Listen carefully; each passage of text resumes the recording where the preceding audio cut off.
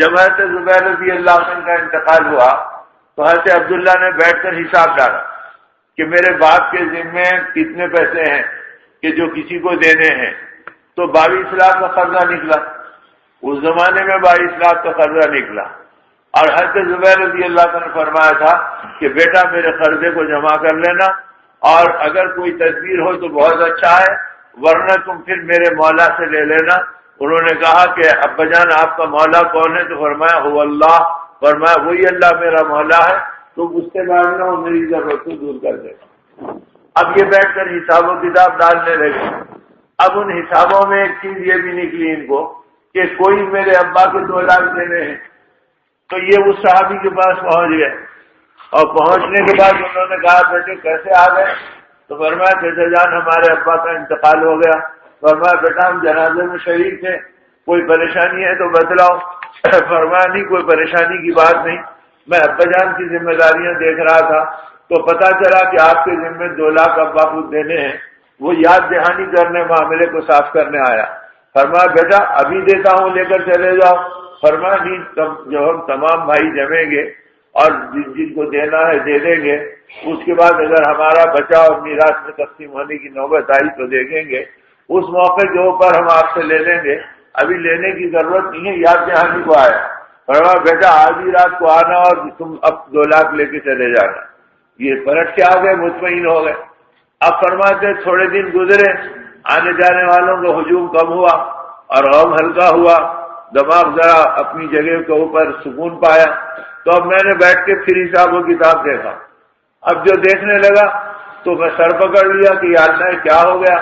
یہاں یہ لکھا ہوا ہے کہ میرے ابا ان کے 2 لاکھ دینے ہیں، اور میں یہ سمجھا کہ وہ ہم کو 2 لاکھ دینے ہیں، اور سمجھا ہی نہیں، ان کے گھر بھی چلے گیا، اور حیرت یہ کہ انہوں نے قبول بھی کر لیا۔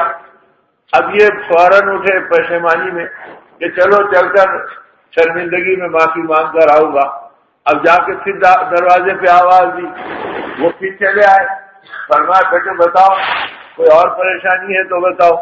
یہ نہیں سوچا کہ ارے باپ کے مرنے کے بعد نے 2 لاکھ کا میرے اوپر ذمہ داری ڈال دی، اور اب آج آئے تو پھر پتہ نہیں کیا ذمہ داری لے کے آئے ہیں، بلکہ پوری محبت کے ساتھ آئے اور فرمایا بیٹا بتاؤ کوئی اور پریشانی ہو تو بتاؤ۔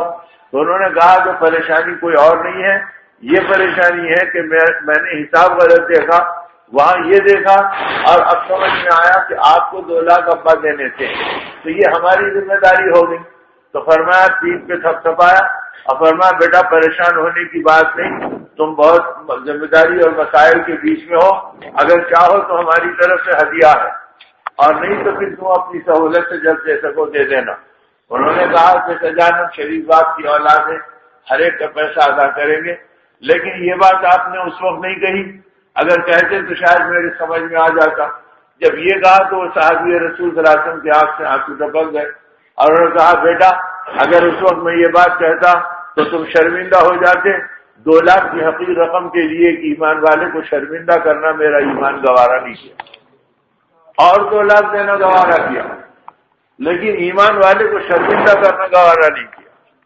اور آج ایمان والا کئی ایمان والوں کی آبرو اٹھاتا ہے، عزتوں سے کھلواڑا کرتا ہے، ان کے کیڑے چنتے رہتا ہے، ارے وہ رشتے دار ایسے ہیں، وہ پڑوسی ایسے ہیں، وہ ساتھ رہنے والے ایسے ہیں، وہ بیٹھنے والے ایسے ہیں، یعنی نفس و شیطان دوسروں کی برائیاں دکھانے کے اندر زندگی کو برباد کر دے گا، اور اپنی ذات کو دیکھنا اور اپنے آپ کو ٹٹولنا، اس سے ہماری زندگیاں خالی ہو گئی۔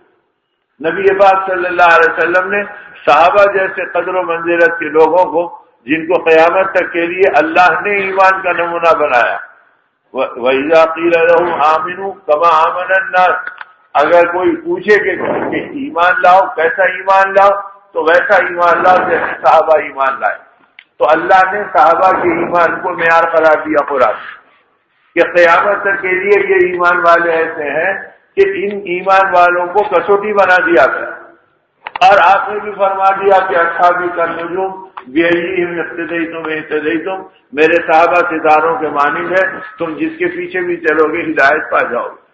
اور وہ صحابہ کی آپ نبی پاک صلی اللہ علیہ وسلم تربیت فرما رہے، اور یہ کہہ رہے کہ اے بزرگ اگر تمہارا جی کچھ کسی کے عیب دیکھنا چاہے تو اپنے عیب دیکھا کرو تاکہ تمہارے نفس کی اصلاح ہو جائے۔ تو ان کو کہا جا رہا کہ اپنے عیب دیکھو۔ تو میرے دوستو، ہم کو کیا گنجائش کہ یہ بے نور نگاہیں صرف دوسروں کے عیب چنتے چنتے موت کی منہ میں چلے جائے اور اسے پتہ بھی نہ چلے توبہ کا، استغفار کا، اور اپنے گناہوں کے دھونے کا، اور اپنے بھائیوں کے ساتھ صحیح زندگی گزارنے کا۔ اس لیے وہ ماحول چاہیے آدمی کو جو ایمان کی پرورش کرتا رہے اور آدمی کی زندگی کو ایمانی مزاج پر ہر لمحہ چلائے، معافی حالات میں بھی اور مخالف حالات میں بھی۔ اب تو ہمارا حال یہ کہ معافی حالات ہیں تو الحمدللہ، سبحان اللہ، ماشاءاللہ، اور ذرا مخالف حالات آ گئے، ارے اللہ میاں ایسا کیسا کر دیا، آپ کو ایسا نہیں ہونا چاہیے تھا، اور آپ کو ایسی پریشانی نہیں آنا چاہیے تھا، اور آپ کو ایسی بیماری نہیں ہونا چاہیے تھا۔ ارے ہم کوئی ٹھیکیدار ہیں کہ اللہ پاک نے ہم نے کوئی سودا ایسا کر رکھا ہے؟ ہم اللہ پاک کے ہم تابع ہیں، اللہ ہمارے تابع نہیں ہیں۔ اللہ جیسے چاہے ہمیں استعمال کرے۔ اللہ پاک تو فرماتے ہیں میں حاکم بھی ہوں اور حکیم بھی ہوں۔ حاکم ہونے کے اعتبار سے مجھے اختیار ہے کہ جو چاہے حکم دوں تمہارے لیے، اور میرا حکم حکمت سے خالی نہیں ہے، میں حکیم بھی ہوں۔ اس میں تمہاری تربیت ہے، تمہاری تذکیر و پاکی ہے، اس میں تمہاری زندگی کی صفائی ہے، اس میں تمہارا میری طرف رجوع ہونے کے اسباب ہیں۔ بلکہ اللہ پاک نے اتنا شاہانہ اعلان فرما دیا کہ اس بات کو فرما دیا من لم یرضى علی قضائی ولم یرضى علی بلائی فلیتخذ ربا سوائی، او کما قال اللہ تبارک و تعالی۔ حدیث قدسی کا ٹکڑا ہے جس میں اللہ فرماتے ہیں جو آدمی میرے فیصلوں پہ راضی نہیں ہوتا اور جو آدمی میری بلاؤں پہ مطمئن نہیں ہوتا، اس کو چاہیے کہ میرے علاوہ کسی اور کو اپنا رب بنا لے۔ اگر مجھے رب بنانا ہے تو میری مرضی کے مطابق زندگی گزارے اور میری منشا کو پہچان کر اپنی زندگی کو چلائے۔ تو اس لیے میرے دوستوں اور میرے بزرگوں، آدمی کا مزاج بنے کہ موافق حالات ہوں یا مخالف حالات ہوں، ہر حالت میں۔ اب بڑے بڑے اہل اللہ گزرے جن کی زندگی میں کرامتیں آئیں۔ ابراہیم ابن اعظم رحمۃ اللہ علیہ دریائے دجلہ کے کنارے پہ بیٹھے ہیں اور گزری سی رہے ہیں، اور اتنے میں سردی بڑھ گئی، رات کا وقت شروع ہو گیا، تو آپ نے ادھر ادھر دیکھا تو کوئی اور اسباب تو ساتھ نہیں تھے کہ کوئی چادر ہو یا کوئی کمبل ہو۔ آپ کو یہ نظر آیا کہ قریب کا جو درخت ہے اس کے پیڑ میں کوئی اژدہا چٹلا بن کر بیٹھا ہوا ہے، تو آپ نے لکڑی کی ایک کھپچی نکالی اور اس کو ٹھوس مارا اور یہ فرمایا ابراہیم ابن اعظم کو سردی ہو رہی ہے اور تو یہاں ایسا پڑا ہے۔ یہ کہتے ہی وہ حرکت میں آ گیا۔ اب حرکت میں آ گیا تو آپ سمجھ گئے اللہ کی مدد اور میرا انتظام ہو گیا۔ اب حرکت میں آ کے وہ پیڑ سے نکلا اور پھیلا تو چادر کی طرح ہو گیا چوڑا، اور چوڑا ہو گیا تو آپ لیٹ گئے، وہ آپ کے اوپر آ کے پڑ گیا، اس کی گرمی میں آپ نے رات گزار دی۔ اور جب تعجب کا وقت ہوا تو فرمایا ہٹ جا، یہ میرے اور اب میرے رب کی راز و نیاز کا وقت ہے، اب تو اپنی راحتوں سے مجھے اللہ کی بارگاہ سے محروم مت کر۔ یہ کہہ کے دھکا دیا تو وہ سرسراتے ہوئے جنگل میں چلا گیا اور یہ دریا کے پاس وضو کر کے کھڑے ہو گئے۔ تو جن کی زندگیوں کے ساتھ اللہ کا اتنا تعلق تھا، ایسے اور کرامات ہیں بزرگوں کے اور ابراہیم رحمۃ اللہ علیہ کے۔ میں اس طرح وہ ابراہیم ابن اعظم رحمۃ اللہ علیہ کو آپ کے شاگردوں نے اور آپ کے مریدوں نے اپنے اپنے علاقوں میں چاہتے تھے کہ کبھی حضرت آ جائیں اور ہمارے پاس کوئی دین کی بات ہو جائے اور ہمارے مسجد میں رہ جائیں تو آپ کی صحبت میں ہماری ایک رات گزر جائے۔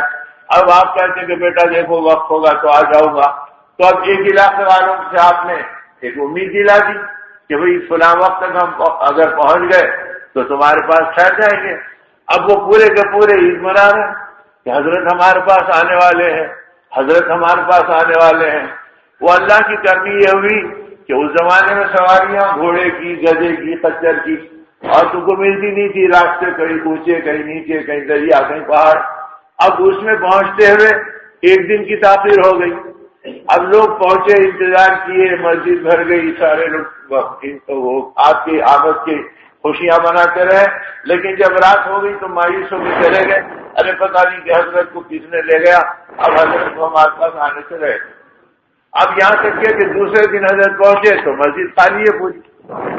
اب جو مسجد خالی ہے پوری اور ایک آدمی نماز پڑھ رہا ہے، اب یہ وہاں پر بیٹھ کے دم لے رہے ہیں۔ اتنے میں اس نے سلام پھیر کے دیکھا تو اس کا کچھ سامان تھا وہ چلا گیا چوری۔ اس نے ان سے کہا کہ بتا سامان کہاں رکھا؟ انہوں نے کہا کہ بیٹا مجھے کچھ پتا نہیں. کہا کہ اوہو تیرے علاوہ تو مسجد میں ہے نہیں اور میرا سامان چوری کر لیا. اور پھر اس کے بعد کہتا کہ نہیں ہے. اب اس نے کہا کہ سچ سچ بتا دیں. انہوں نے کہا میں سچ کہہ رہا ہوں. اس نے غصے میں آ کے مکھا مارا. اب آپ کہہ رہے ہیں کہ بیٹا میں نہیں لیا. اتنے میں اس نے دوسرا مکھا مارا, یہاں تک کہ اس نے اپنا پیر چلا دیا. اور اتنے میں کوئی وہاں سے گزرا اور کہا کہ شیخ آ گئے, شیخ آ گئے. وہ اطلاع گاؤں میں ہونی تھی کہ بس دھوم ہو گئی اور سب لوگ چوطرف سے جمع ہونے لگے. اب جب اسے پتا چلا کہ یہ وقت کے اللہ والوں کے امام ہیں اور یہ اتنے بڑے اہل اللہ ہیں جن کا ہم نام سنتے تھے, اور میں نے ان سے اتنی بڑی گستاخی کر لی کہ انہیں چور سمجھا اور پھر ان کے ساتھ سب بولے اور ہاتھ پیر ان کے اوپر چلا دیے. اب بدن کانپنے لگا, پیروں پہ گر پڑا. کہا حضرت اللہ کے لیے معاف کر دیجیے. تو فرمایا بیٹا تیرا احسان ہے, معافی کیا چاہتا ہے؟ کوئی میرا ہاتھ چومتا, کوئی میرا ہاتھ سر پہ رکھ لیتا, کوئی مجھے دعا کے لیے کہتا تو میرے نفس کو غذا ملتے رہتی تھی. آج جب تیری طرف سے مکھے پڑے تو میں بہت خوش ہوا اور بار بار مخاطب تھا اپنے نفس سے کہ دیکھ تیری حیثیت تو یہ ہے, وہ جو کچھ تو دیکھتا ہے وہ اللہ کے نام کی برکت ہے. یہ کہہ کر میں خوش ہوتا رہا.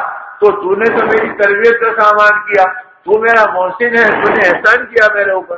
اب وہ اور کانپ رہا ہے, وہ کانپ کے کہہ رہا تھا تو اللہ کے لیے معاف کر دیجیے, میری آخرت سے کیا کرے گا. جب دیکھا تو بہت گھبرا گیا تو آپ اسے گلے لگا لیے اور فرمایا یاد رکھ جب تیرے مکھے مجھے پڑھ رہے تھے تو میرا دل اللہ کی طرف رجوع تھا اور میں یہ کہہ رہا تھا اے اللہ اگر آپ نے مجھ گناہگار کو جنت میں داخل کیا تو میں اس کے بغیر جنت میں نہیں جاؤں گا, میں اس کے بغیر جنت میں نہیں جاؤں. تو میرے دوستو اگر آدمی کی زندگی کے اندر ایمانی زندگی کا جتنا تعلق بلند ہوگا وہ مخالف حالات میں بھی لذت پاتے رہے گا. وہ مکھوں میں لذت پا رہا کہ میری تربیت ہو رہی ہے, وہ گالیوں میں لذت پا رہا کہ بھئی لوگ مجھے دعاؤں کو کہتے تھے آج یہ گالیاں دے رہا, چلو میری تربیت ہو رہی ہے. اور پھر یہ اور اندر کی بات اور دل کے جذبے کی کیفیت یہ ہے کہ تقدر تو کیا آتا, گوشت تو کیا پڑتا, گرانی تو کیا ہوتی. یہ کہہ رہے ہیں کہ تیرے ہر مکھے پر میرا دل اللہ کی طرف رجوع تھا. اللہ اگر آپ اس گناہگار کو جنت میں بھیجیں گے تو میں اس کے بغیر جنت میں نہیں جاؤں.